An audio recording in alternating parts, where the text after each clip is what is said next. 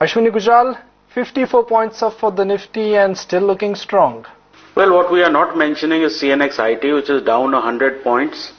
So the trade that I have taken is we've started scaling into short positions on IT.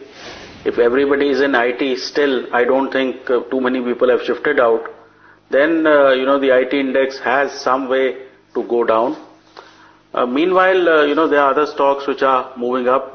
Today, I think Colgate has shown a fairly strong price volume breakout and, a gap up. And this is not a stock which generally does this.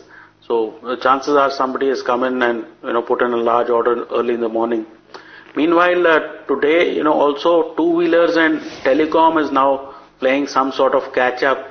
So in this kind of a market, you have to play things which haven't really moved. So Hero Honda is a buy with a stop of 2010, target of 2090. Tata Communication is a buy with a stop of 290, target of 315. Colgate is a buy with a stop of 1320, target of 1390. Havells is a buy with a stop of 820, target of 850. And Bharti Airtel is a buy with a stop of 290, target of 315. Mitesh, the billion-dollar question, I guess, is it time to switch sectors and is it time now to get out of IT and pharma completely? I would not say about pharma as such, but I think the CNX IT is giving some kind of a minor breakdown. So if you are a trader, I think, if it starts closing below 10,000, 10,040, we're very close to those support areas and we have already had a breakdown on the intraday charts. I would say, I think in the short term, the CNX IT will possibly enter into consolidation. Now, in a market which is possibly making newer highs and breadth is very positive, for a trader, I think then it will be best to avoid CNX IT or identify individual stocks which are looking very weak on the charts and then take a counter trend or short position over there. So as the overall trading portfolio, I think is balanced with long short positions for him. Well, a big trigger this morning is also the currency strength that we're seeing. We're already scaling at a 3-month high. In fact, the rupee has now scaled above the 61 mark as well, just about trotting around that territory. 60.96, I think, is the highest point in the day that we just managed to touch. And Ashwini, just for the benefit of our viewers, I want to reiterate your currency strategy as well. Currency is looking extremely strong and maybe it's likely to strengthen further given the way, IT and pharma, both of them have started coming down. So basically 60.80 is that key zone from where a couple of times the rupee has started weakening again. In case 60.80 starts getting taken out, then, we could, even appreciate further, maybe up to 60.40, 60.50.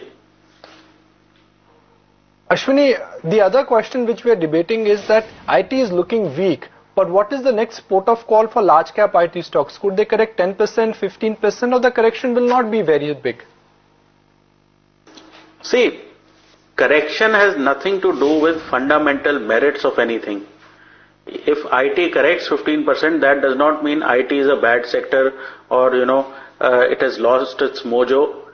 15% correction will give you an opportunity to re-enter IT. But in the short run, as the market suddenly figures out that, everybody is moving towards cyclicals, you will have that, panic readjustment of positions and easily, CNX IT can lose 10% or large IT stocks can lose 10%. But that will be part of consolidation, no change in trend there. The trade exit your IT long or is the trade short IT?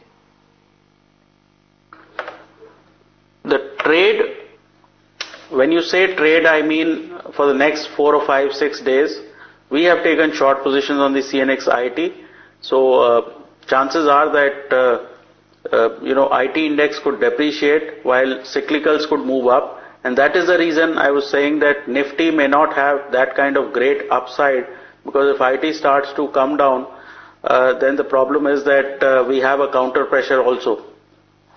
Goods quite clearly is the star performer today with L&T leading from the front. We've chatted about L&T with Ashwini, the fact that it's now sitting at a 52-week high.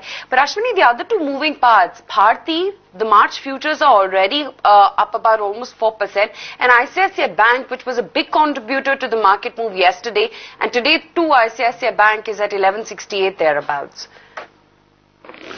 See, all the rate sensitives, policy sensitives will continue to show momentum, and since Bharti and Telecom in general hasn't participated, so chances are, this is probably the last sector to come back and throw its weight.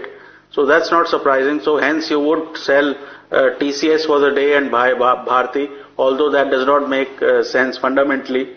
But that is what the market is, that right now the rear end is trying to push its weight.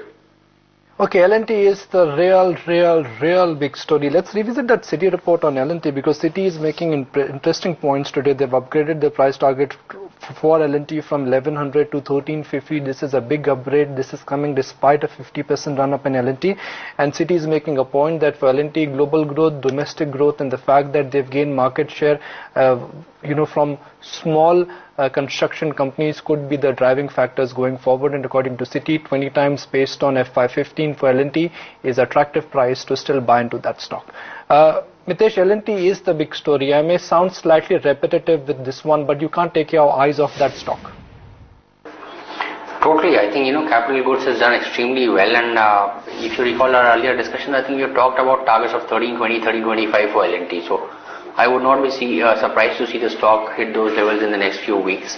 It enjoys a short to medium to long term uptrend. I think, all these charts are clearly showing a positive bias, and typically that's the time when stocks will enjoy the best of the beta against the market. So I think next couple of weeks I would be looking at L&T getting past 1300, and if it manages to get past 1350, 1400, then we might see even higher targets being achieved over there.